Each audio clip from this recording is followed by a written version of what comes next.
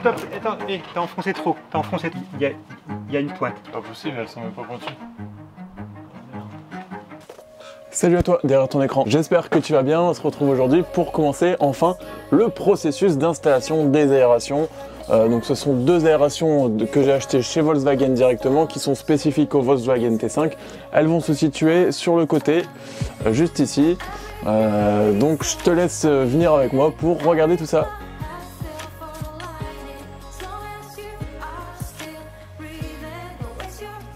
Donc là c'est un épisode un petit peu spécial qui est un petit peu plus lent dans le sens où ça va être un tuto porté sur la pose des aérations. Donc un petit peu moins dynamique que les épisodes précédents. J'espère cependant que ça va te plaire, donc reste jusqu'au bout, n'hésite pas à me poser des questions et surtout abonne-toi pour pas rater les prochains épisodes qui risquent d'être un petit peu mieux. C'est parti. La toute première chose à faire, ça va être de poser ton gabarit que tu auras fait au préalable sur la tôle. Donc c'est un gabarit, je l'ai recommencé au moins 20 fois pour être sûr que les trous correspondent bien. Normalement, il n'y a pas de souci. J'ai déjà fait l'autre côté hier, donc ça devrait. Je suis moins inquiet. Et oui, hier j'ai déjà posé la première aération de l'autre côté. J'ai pas vraiment pris le temps de filmer correctement car j'étais assez tendu, assez stressé surtout de couper pour la première fois dans le van.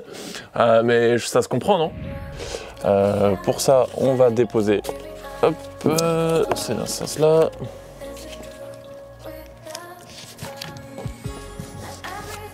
Hop, et le dernier côté. Voilà, donc ton gabarit est installé. Maintenant, tu vas pouvoir faire le contour de la découpe avec un marqueur.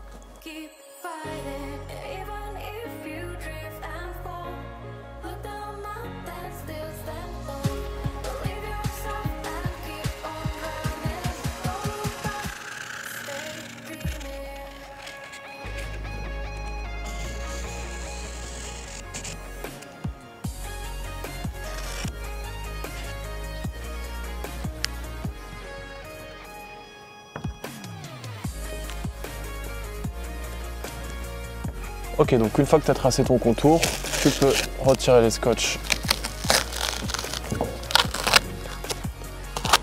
Hop. Une fois que tu as ton trait de découpe, tu vas venir entourer tout le contour par du scotch pour éviter de rayer la carrosserie avec ta scie sauteuse.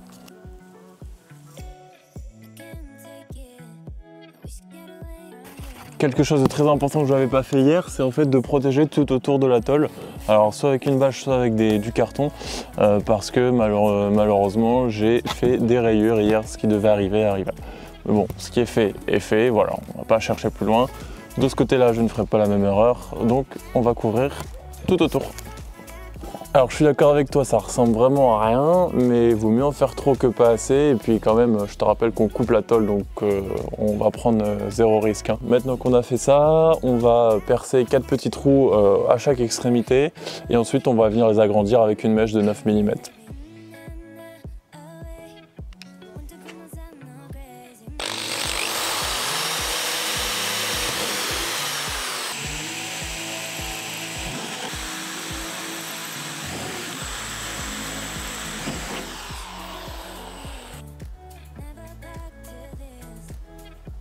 Et toujours, bien sûr, avant de percer, sécurité avant tout. Alors une fois que tes 4 petits trous sont percés à chaque extrémité, on va venir les agrandir avec une mèche de 9 pour passer ta lame de scie sauteuse.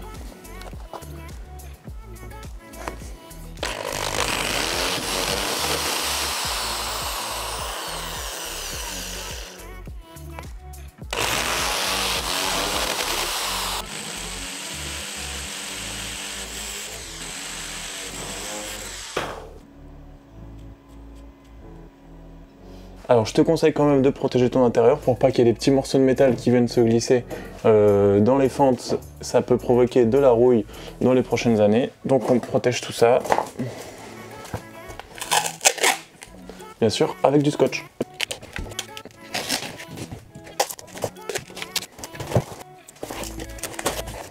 Comme ça, quand je vais découper juste ici, toutes les petites poussières de fer vont tomber sur le carton, vont tomber au sol et ensuite je les aspire.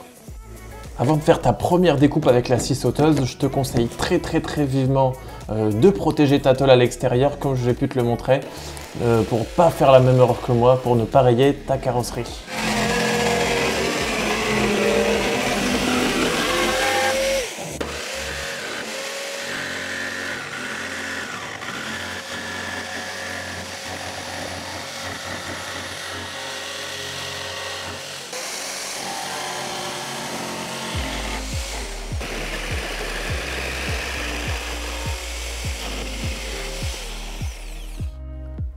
Et voilà le travail.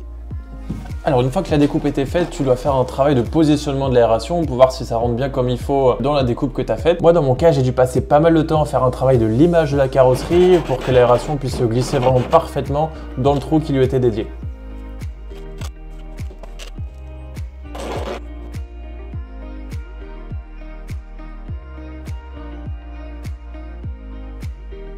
Une fois que tu as passé des heures à limer ta carrosserie, tu es content de toi, ton aération passe parfaitement, donc il ne te restera plus qu'à mettre de la peinture anti-rouille avant d'installer ton aération.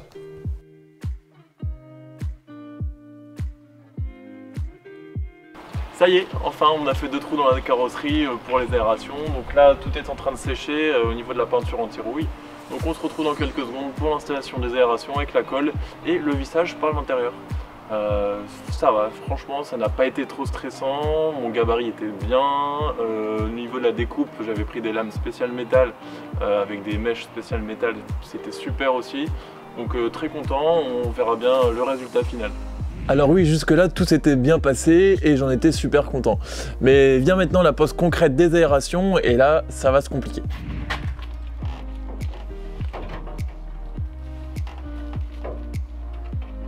Attends, pour le moment,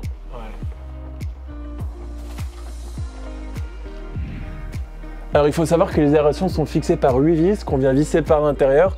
Sauf que moi en mettant mes aérations, je me suis rendu compte que les trous que j'avais fait, ils n'étaient pas en face. Donc problématique, petit coup de stress, petit moment de doute, mais c'est pas grave, j'ai pris la perceuse et j'ai juste refait en fait d'autres trous en face là où ça pouvait correspondre. J'essaie de descendre un peu.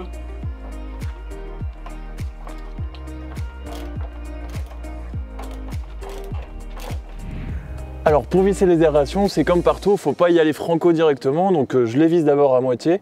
Ensuite vient le vissage définitif, donc où je serre un petit peu plus fort. Sauf que là, il y a une des vis, donc l'une des premières qui dépasse de l'extérieur. Donc en fait, à l'extérieur de l'aération, on voit une pointe qui sort. Alors que c'est quand même fou parce que ce sont les vis achetées chez Volkswagen qui sont faites exprès pour ces aérations.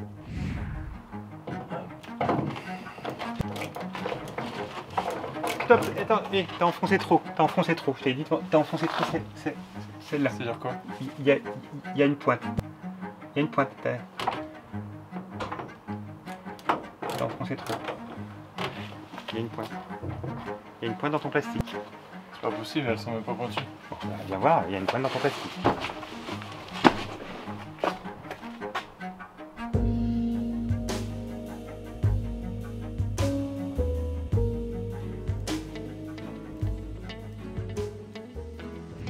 Le mal était fait, on ne pouvait plus réparer cette petite erreur. Maintenant, il fallait éviter de la reproduire avec les autres vis. Alors pour ça, j'ai dû rajouter 4 épaisseurs de rondelles entre la tôle et la tête de vis pour pouvoir serrer correctement sans que ça dépasse de l'autre côté. Malgré tout ça, le résultat est super satisfaisant et j'en suis super content.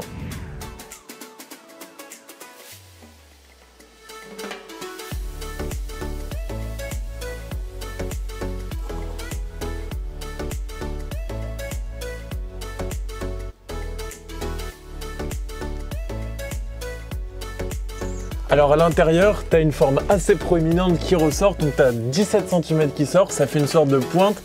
C'est pas vraiment très esthétique, je sais pas ce qu'a pensé Volkswagen en imaginant ces aérations, mais ce sera caché derrière l'habillage, derrière le placard. Du côté où il n'y aura pas de placard, je pense couper cette partie-là pour pouvoir mettre un habillage au bois devant sans que ça puisse vraiment altérer le visuel de l'intérieur du van.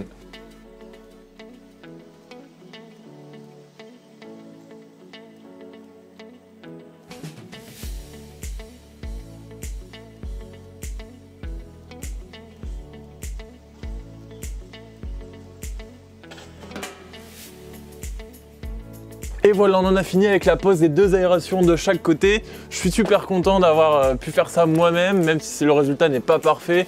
C'est vraiment une grande fierté déjà d'avancer, même si j'avance très lentement, je suis vraiment content. J'adore ces aérations, ça donne un look rétro au van.